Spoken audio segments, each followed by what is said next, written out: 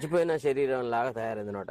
రాను రాను ఎట్లా తయారవుతుంది పార్టీ అంటే సర్వనాశనం దారిస్తుంది. ఇవాళ ఖరాఖండితంగా ఇప్పుడు కాంగ్రెస్ కి ఇంతమంది ఎమ్మెల్యేలు ఉన్నారు కదా, నేను నా నియోజకవర్గంలో మళ్ళీ రాజీనామా చేసి గెలవగలను అని తొడగొట్టి చెప్పేవాడు ఒక్కళ్ళేడు. గాలిలో గెలిచిన వాళ్ళే తప్ప ఏ ఒక్కడు కూడా నేను గెలుస్తా అని చెప్పగలిగిన మొగాడేవాళ్ళండి కాంగ్రెస్ పార్టీలో. నేను ఛాలెంజ్ చేస్తున్నా, ఇన్క్లూడింగ్ ది చీఫ్ మినిస్టర్.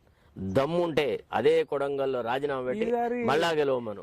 డిపాజిట్లు కనుక జప్తి కాకపోతే నువ్వు ఎవరి పేరైనా చెప్పండి సార్, ఫలానా వాడు గీ మంత్రి గెలుస్తాడు, లేకపోతే గా శాసనసభ్యుడు గెలుస్తాడు, గవాడు గెలుస్తాడు, ఒక పేరు చెప్పండి. వాడు ఎంత మంచివాడన్నా కావచ్చు కాక, కానీ కాంగ్రెస్ టికెట్ తో, కాంగ్రెస్ అనే గుర్తుతోని ఇక్కడ గెలవడం అనేది సాధ్యం కాదు. అంతెందుకండి, ఈవెన్ రాహుల్ గాంధీ వచ్చి తెలంగాణలో పోటీ చేసిన ఈనాడు చిత్తుగా జనాలు ఓడిస్తారు. ఎగ్జాక్ట్లీ, ఆయనను కూడా ఓడిస్తారు. ఎందుకంటే ఇది ఎంత దురహంకార ప్రభుత్వం అంటే వాళ్ళ యొక్క పేరు ప్రఖ్యాతులు కూడా మసగబారినాయి. ఇవాళ ఎంత బాధాకరమైన విషయం అంటే ప్రజలు ఏది ఆశించినారు, ఏం చేస్తారు, అరే అంతకంటే మంచి వ్యవస్థ ఇస్తానని మాట ఇచ్చి వాగ్దానం చేసి ప్రజలను నమ్మించి అంతకంటే దుర్మార్గ పాలన తీసుకొస్తే ప్రజలు ఎందుకు ఊరుకుంటారు? ఇవాళ మొన్న మీరు కుల జనగణన అప్పుడు చూసినారు, ఆఫీసర్లు పోతే ఎట్లా ఎదురు తిరిగినారు, అసలు ఇళ్లలోకి రానిచ్చినారా? నీకెందుకు రా, నువ్వు ఇచ్చినావా, నువ్వు మాకు అది చేసినావా?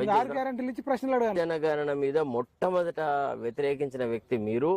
ఆ రోజు గనక ఒకవేళ మీ కార్యక్రమాలు ధ్వంసం చేయకపోతే మీ మాటకు చాలా వాల్యూ వస్తుందనే ఉద్దేశంతో కూడా మీ ఛానల్ని అదే రోజున బొందబెట్టినారు వాళ్ళు, ఒక పద్ధతి ప్రకారంగా అని కూడా అన్నారు. సరే, ఏది ఏమైనా I'm prepare to face all that.